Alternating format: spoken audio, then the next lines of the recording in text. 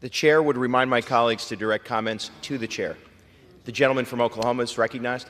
Thank you very much, Mr. Speaker. Mr. Speaker, I yield to my good friend, the gentlewoman from Florida, Ms. Luna, for 2 minutes. The gentlewoman from Florida is recognized for 2 minutes. Mr. Speaker, I've never actually voted for a CR, but I'm here today because I realize that the plan that's on the table currently to keep our government open, but also the promise from the only president in my lifetime who's ever followed through on all of his campaign promises to the American people. Excuse me, I'm not done talking. Give me the same respect we give you guys. The House will come to order. My colleagues are reminded the gentlewoman has the floor. She has the right to be heard. The gentlewoman has the right to be heard, and the gentlewoman would be reminded to direct her comments to the chair. The gentlewoman from Florida is recognized. From the only president in my lifetime who's fulfilled all of his campaign promises to the American people, has promised to cut hundreds of billions of dollars in reconciliation. You want to talk about shutting down the government.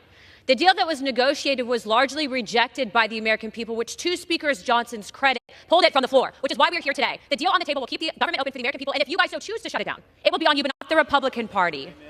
We will not be going back to the table. This deal stands as it is, so let you go back home on Christmas and explain to your people why you shut down the government, because we won't be doing it. Furthermore, Mr. Speaker.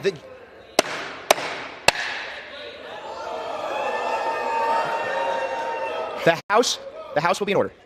The House will be in order. The gentlewoman is reminded to direct her comments to the chair. My colleagues are reminded to yield the floor to the gentlewoman from Florida. Furthermore, Mr. Speaker, the former bill had items in it to include random pandemic policies, biocontaminant research that were not in the best interest of the American. My colleagues are reminded to yield the floor to the gentlewoman from Florida.